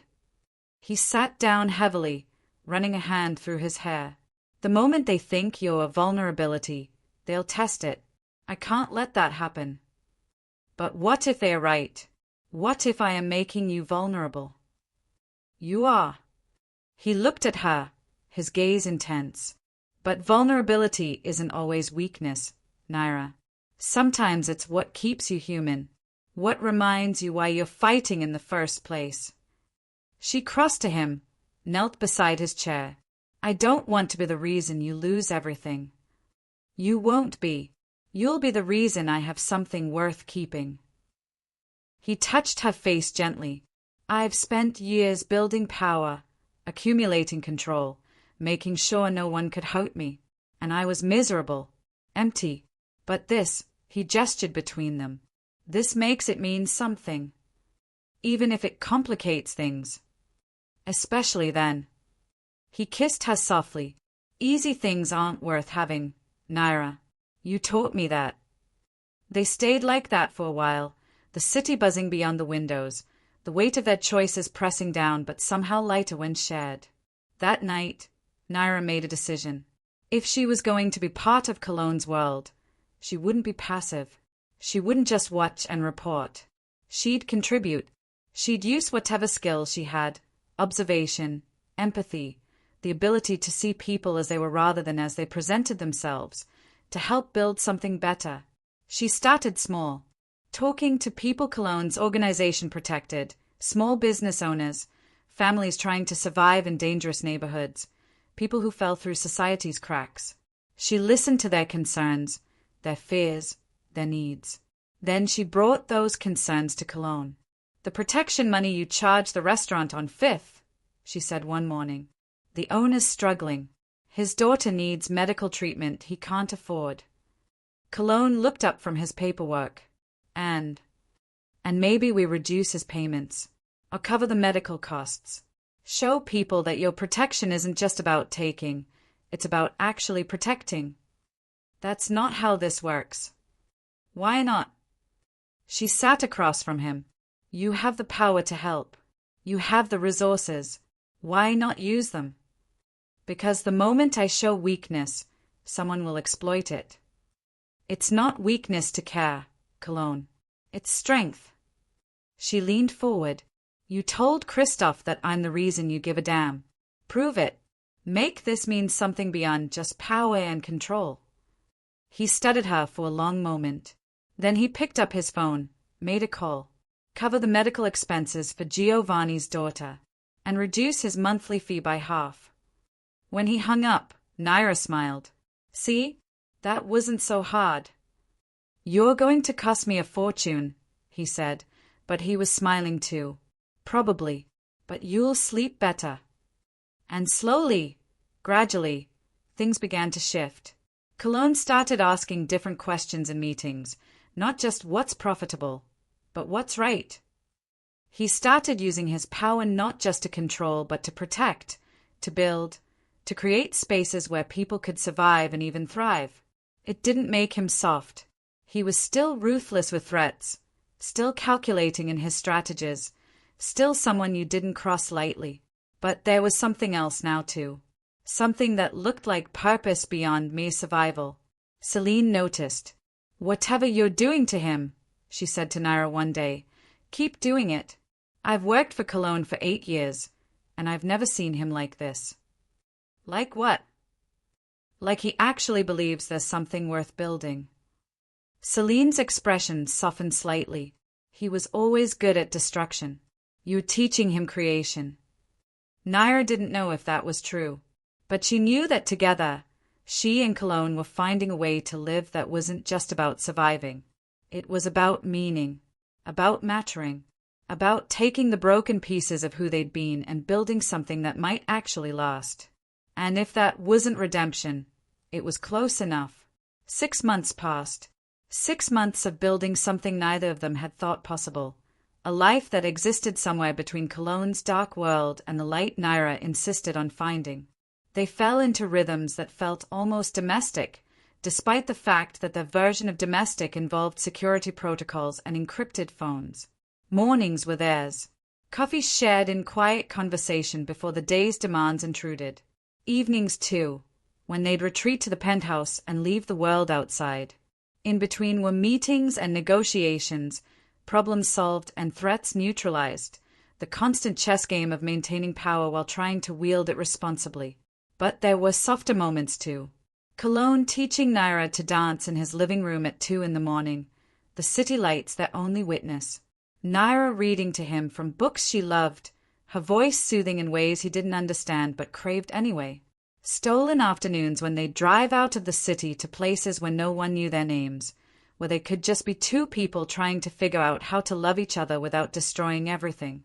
"I want you to meet him," Cologne said one night, out of nowhere. Naira looked up from her book. "Meet who?" "My nephew, Marcus." He was staring out the window, his posture tense. "My sister's son. I told you about him." "You did." She set the book aside. "What changed?" "You did." He turned to face her. "I've spent 3 years staying away because I thought keeping distance meant keeping him safe. But you made me realize that protecting people doesn't always mean pushing them away. Sometimes it means showing them who you really are, scars and all." "Are you sure?" "No. But I'm tired of letting fear make my decisions." He sat beside her, took her hand. "And I want him to meet the woman who taught me that." They drove upstate the following week, to a small town where Marcus lived with his aunt and uncle. Good people, Cologne assured her, who'd taken the boy in without hesitation. The house was modest but warm, the kind of place where family photos lined the walls and the smell of home cooking made you feel safe. Marcus was 10, with his mother's dark eyes and a shy smile that broke Naira's heart. He lit up when he saw Cologne, ran to him without hesitation, and Cologne, this man who'd orchestrated violence and controlled an empire, knelt down and hugged the boy like he was the most precious thing in the world. "Uncle Cologne," Marcus said excitedly, "you came. I promised I would, didn't I?" Cologne's voice was soft, gentle in ways Naira rarely heard. "I want you to meet someone. This is Naira." Marcus looked at her with curious eyes. "Are you Uncle Cologne's girlfriend?" Naira glanced at Cologne, saw the slight nod. "I am." "Cool." Marcus grinned. He needs someone to make him smile more. He's too serious. "You're not wrong," Naira agreed, and Cologne shot her a look that held warmth despite the exasperation. They spent the afternoon there. Cologne played video games with Marcus, patient even when the boy beat him repeatedly. Naira talked with the aunt, learning about Marcus's life, his school, his dreams of becoming a veterinarian. They ate dinner together, the conversation easy and light, and for a few hours it was possible to forget about empires and enemies and everything waiting back in the city. Before they left, Marcus hugged Cologne tight. "Will you come back soon?" "I will. I promise." "And bring Naira." Cologne looked at her, something vulnerable in his expression. "If she wants to come." "I'd like that," Naira said, and meant it. In the car on the way back, Cologne was quiet for a long time. Then, "Thank you." "For what?" "For making me believe I could have this, that I could be part of his life without ruining it." His hands tightened on the steering wheel. "My sister wanted me to be better, to be the kind of man Marcus could look up to. I don't know if I'll ever be that person, but at least now I'm trying." "She'd be proud of you," Naira said softly. "I am too." He reached for her hand, laced their fingers together. "I don't deserve you." "Maybe not, but you're stuck with me anyway." They drove through the night, the city growing closer, the towers rising like sentinels against the dark sky. And Naira thought about how far she'd come from that diner, from the girl who'd made herself invisible just to survive. She thought about the man beside her, who'd saved her and been saved by her in turn, who'd learned to wield his power like a shield instead of just a sword. She thought about the fact that love, real love, wasn't about perfection. It was about seeing someone's darkness and choosing to stand in it with them. About being seen completely and not running. About building something together in a world that wanted to tear everything apart. And for the first time in as long as she could remember, she felt something that wasn't just absence of fear. She felt hope. Back in the city, life continued its complicated dance. Cologne's empire ran smoothly. The changes Naira had inspired creating ripples that strengthened rather than weakened his position. People still feared him, but they respected him too, and those who worked for him felt loyalty that went beyond mere obligation. But peace in that world was always temporary.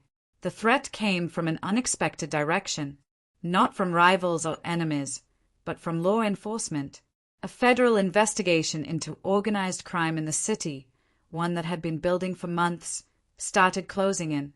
Names were named, evidence was gathered, and Cologne's name was at the top of the list. He told Naira over dinner, his voice calm but his eyes troubled. They're building a case. It's solid. If it goes to trial, I'm looking at 20 years minimum. The food on Naira's plate suddenly looked impossible to eat. What do? We prepare. I have lawyers, the best money can buy. And I have contingencies, ways to protect the organization, protect the people who depend on me. He paused. And ways to protect you. What does that mean? It means if this goes bad, you walk away clean. No association, no charges, nothing that ties you to any of this. No. The word came out sharp, definitive. I'm not leaving you. Naira. Don't. She stood, moved to him, took his face in her hands. I know what I signed up for. I know the risks. And I'm not running just because things got hard. This isn't hard. This is catastrophic. If I go to prison, then I'll wait. 20 years, Naira. You'd be still loving you. Her voice broke slightly. Still choosing you. Still here. He pulled her close, buried his face against her shoulder. She felt the tremor in him, the fear he rarely let anyone see. I can't ask that of you. You're not asking. I'm offering. She held him tighter. We face this together, whatever happens. The investigation intensified over the following weeks. Raids, arrests, pressure from every angle. Cologne's lawyers worked around the clock, but the evidence was damning. Not all of it accurate, not all of it obtained legally, but enough to make the case dangerous. Naira watched him carry it all with the same control he brought to everything, but she saw the cracks. The nights he couldn't sleep. The moments when the weight became too much. She stayed close, a constant presence, reminding him he wasn't alone. And then, unexpectedly, the break came. One of the federal agents leading the investigation, a man named Garrett, reached out through an intermediary. He wanted to meet. Alone. Off the record. Cologne was suspicious, but Naira convinced him to hear the man out. They met in a neutral location, a coffee shop in a neighborhood neither of them frequented. Garrett was in his 50s, tired-looking, with the eyes of someone who'd seen too much. I'm taking a huge risk being here, Garrett said without preamble. But I thought you should know, the case against you is being manipulated. Cologne's expression didn't change. Explain. Evidence has been planted. Witnesses coached. My partner, the lead investigator, has ties to the Volkov family. They're using federal resources to take you down because they couldn't do it themselves. Why are you telling me this? Because I became a federal agent to catch criminals, not to be one. Garrett's jaw tightened. What's happening isn't justice. It's corruption wearing a badge. And I won't be part of it. What do you want in return? Nothing. Just, he hesitated. Fix it, however you need to. And when the dust settles, maybe some of the people you've protected will be willing to talk about what the Volkovs have been doing. Give me a real case against real criminals. Cologne studied him for a long moment, then nodded. Consider it done. The next 2 weeks were a blur of careful maneuvering. Cologne's lawyers exposed the corruption, piece by piece, creating doubt about the entire investigation. Witnesses who'd been threatened came forward. Evidence was challenged. And slowly, inevitably, the case began to collapse. The corrupt agent was arrested. The Volkovs, exposed and vulnerable, retreated. And Cologne walked away not just free, but vindicated, the rare instance where the system actually worked the way it was supposed to. But it had cost him, not in money or power, but in the emotional toll of facing the real possibility of losing everything, of being separated from Naira, of watching the life they'd built dissolve. The night after the charges were officially dropped, they sat together in the penthouse, exhausted and relieved and uncertain. "I thought I was going to lose you," Cologne said quietly. "You didn't. But I could have, and it made me realize something." He turned to her, his expression serious. "I don't want to spend whatever time we have waiting for the next disaster. I don't want to live like we're always about to lose everything." "What are you saying?" He reached into his pocket, pulled out a small box, opened it to reveal a ring, simple, elegant, perfect. "I'm saying marry me. Not because it's strategic or smart or makes sense, but because I love you, because you made me believe in something beyond survival, because I want whatever future we have to be official." Naira stared at the ring, tears blurring her vision. "Cologne, you don't have to answer now. Take time. Think about it. Think about what it means to tie yourself to someone like me permanently." "I don't need time." She looked up at him, smiling despite the tears. "Yes, of course yes." He slipped the ring on her finger, and they held each other as the city sparkled beyond the windows, two people who'd found each other in impossible circumstances and decided that was exactly where they belonged. And if you've stayed with this story through every moment of danger and hope, remember to like, comment, share, and check the description box below for more stories that prove love is worth every risk, every scar, every impossible choice. The wedding was small, not because they couldn't afford something grand, but because neither of them wanted the spectacle. Just close friends, Celine, Tavian, a handful of others who'd proven their loyalty. Marcus was there, beaming in his little suit, serving as ring bearer with an enthusiasm that made everyone smile. The ceremony was held in a garden outside the city, somewhere green and quiet, where the weight of their world felt temporarily distant. Naira wore a dress that was simple but beautiful, ivory silk that caught the light. Cologne wore a dark suit, his expression solemn until he saw her walking toward him, and then everything softened. In that moment, he wasn't the man who controlled an empire. He was just a man looking at the woman he loved, amazed that she'd chosen him. The vows were traditional. They didn't need elaborate words. The promises they made, to love, to honor, to stand together, were promises they'd already been keeping for months. This was just making it official. Making it real in a way that the world would have to acknowledge. When the officiant pronounced them married, Cologne kissed her like they were the only two people in existence. And maybe, in that moment, they were. The celebration afterward was quiet. Good food, better company, laughter that felt earned after everything they'd survived. Celine made a toast about how Naira had accomplished what no one else could, making Cologne Markella smile without calculating what it cost. Tavian spoke briefly about loyalty and family, his words simple but sincere. When it was Marcus's turn, the boy stood up solemnly. "My mom told me before she died that love was brave," he said, his voice small but steady. "I didn't understand what she meant. But watching Uncle Cologne and Naira, I think I get it now. Being brave means choosing to love even when it's scary, even when you might lose. They are the bravest people I know." There wasn't a dry eye at the table after that. As the sun set and the evening cooled, Naira and Cologne found themselves alone for a moment, standing at the garden's edge, looking out at fields that stretched toward distant trees. "How does it feel?" Naira asked. "Being married." "Terrifying," Cologne admitted. "And perfect." "Same." She leaned into him. I keep waiting for something to go wrong. For this to be too good to be real. It is real.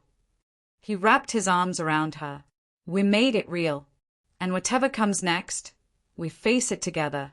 That's what this means. Forever. Forever. They returned to the city the next day, but something had shifted. Not in the world. That was still complicated, still dangerous, still demanding. But in them. They moved through their days with a certainty that hadn't been there before, a foundation that felt unshakable. Cologne continued running his organization, but the changes Naira had inspired became permanent fixtures.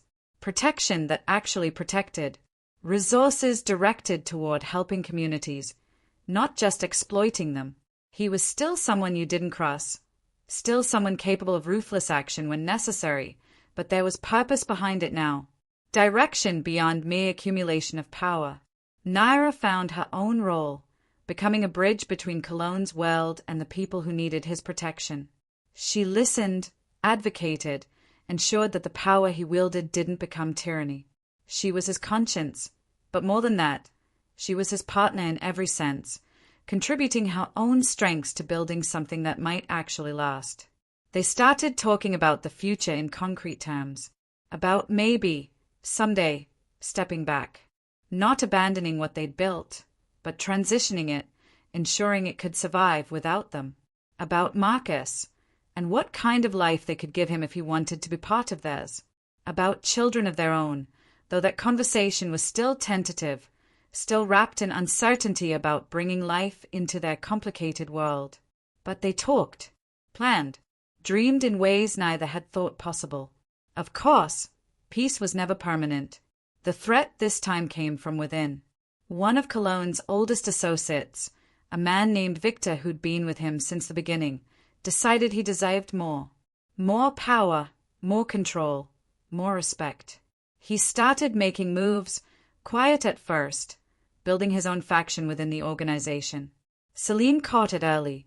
Victor's been meeting with people independently, making promises, talking about new leadership. Cologne's expression darkened. His planning a coup. What do we do? Naira asked. We end it before it starts. Cologne's voice was cold, controlled. I've given people chances, shown mercy, tried to build something better. But betrayal still gets dealt with absolutely. Otherwise, everything collapses. Naira understood the necessity, even if she didn't like it. How? A meeting. Public enough that everyone sees, private enough to handle it cleanly. He looked at her. I'll need you there. Why? Because you remind me who I am now, what I'm trying to build. And I need that anchor, especially when I have to do something like this. The meeting was arranged for the following week. Every major player in the organization was summoned to a warehouse Cologne owned, neutral ground, but ground he controlled. Security was tight. The atmosphere was tense. Victor arrived confident, probably thinking this was his moment to make his move. But the moment he walked in and saw the room's layout, saw who was positioned where, saw Cologne's expression, he understood he'd miscalculated. Victor, Cologne said, his voice carrying across the space. We need to talk. About what? Victor tried for casual, failed. About the fact that you've been undermining me, planning to take what doesn't belong to you, breaking every oath you ever made. I don't know what you're talking about. Don't insult us both. Cologne stepped forward. I have recordings. I have witnesses. I have evidence of every meeting, every promise, every betrayal. The only question is what we do about it. Victor's expression shifted, fear warring with desperation. You're going to kill me. I should, Cologne said quietly. You know I should. But I'm trying to be better than that. He glanced at Naira, drew strength from her presence. So here's what's going to happen. You're out. Completely. You take nothing with you except your life. You leave this city, and you never come back. If I hear you're still operating, still using my name, still causing problems, Then we revisit this conversation with a different outcome. Understood. Victor stared at him, shocked. You're letting me walk away. I'm giving you one chance. What you do with it is up to you. Cologne's voice hardened. But make no mistake, this is Mosi, and I don't give it twice. Victor nodded shakily, understanding how close he'd come to a very different ending. He left quickly, escorted by Tavian and 2 others who would make sure he actually left the city. After he was gone, Cologne addressed the rest of the room. Let this be clear. I value loyalty over everything. Betray me, and there will be consequences. But I also value growth, change, building something that lasts. We're not just surviving anymore. We're creating something better. And anyone who doesn't want to be part of that can leave now. No hard feelings. No one moved. Good. Then let's get back to work. Later, back at the penthouse, Naira found Cologne standing at the window, staring out at the city. You surprised me today, she said. How so? I thought you'd kill him. Everyone thought you would. I wanted to. His voice was quiet. The old me would have, without hesitation. But you've changed me, Naira. Made me see that there are other ways. That mercy can be stronger than violence sometimes. Do you regret it? Ask me in a year. If Victor's learned his lesson, then no. If he becomes a problem, then. He trailed off. We'll deal with it. She wrapped her arms around him from behind, rested her head against his back. I'm proud of you. For what? Being soft. For evolving. For being more than what the world tried to make you. She held him tighter. That takes real strength. They stood like that for a long time, the city glittering below, 2 people who'd chosen each other again and again, despite every reason not to. 2 people who'd taken the broken pieces of who they'd been and built something new. And in that moment, it felt less like surviving and more like truly living. The kind of life worth fighting for. The kind of love worth every risk. Time moved differently now. Not slower or faster, just intentional. Every day felt like a choice they were making actively, not just drifting through. Cologne and Naira built routines that balanced the darkness of his world with the light they'd created together. Sunday mornings were sacrosanct. No business, no phones, just them and breakfast and the quiet luxury of being ordinary for a few hours. Marcus started visiting more often, spending weekends in the city. They took him to museums, to movies, to places where he could just be a kid without the weight of his uncle's reputation. Cologne taught him chess, patient even when the boy made obvious mistakes. Naira helped him with school projects, discovering a love of teaching she'd never known she had. Together, they gave Marcus something his mother had wanted for him, family that was present and safe. Do you ever think about having kids of our own? Naira asked one night, the question hanging between them like possibility. Cologne considered it, his hand absently stroking her hair. I used to think it was impossible, that bringing a child into my world would be cruel. And now I think, maybe. He looked at her, his expression open. If we could give them what we're giving Marcus, protection, love, a chance to choose who they become. If we could build something stable enough that they'd be safe, then yes, I'd like that. Even with everything you do. Maybe especially because of it. He pulled her closer. My sister believed people could be better than their circumstances. That we could learn, grow, change. I want to prove she was right. And I can't think of a better way than raising someone who gets to make different choices than I did. They didn't rush it, didn't treat it like a transaction or box to check. Just let the idea settle, become real, start shaping decisions about the future. Meanwhile, the organization continued evolving. Cologne started transitioning some operations to legitimate businesses, real estate, security firms, even a tech startup that Celine spearheaded. Not abandoning his foundation, but building layers that could weather scrutiny, that could exist in daylight as well as shadow. It wasn't easy. Every change brought resistance, Questions, challenges from people who preferred the old ways. But Cologne had learned something from Naira. Persistence could be its own form of power. That slow, steady pressure could reshape things violence never could. One evening, almost a year after their wedding, Agent Garrett reached out again. They met at the same coffee shop, a location that had become their neutral ground. "I wanted to thank you," Garrett said.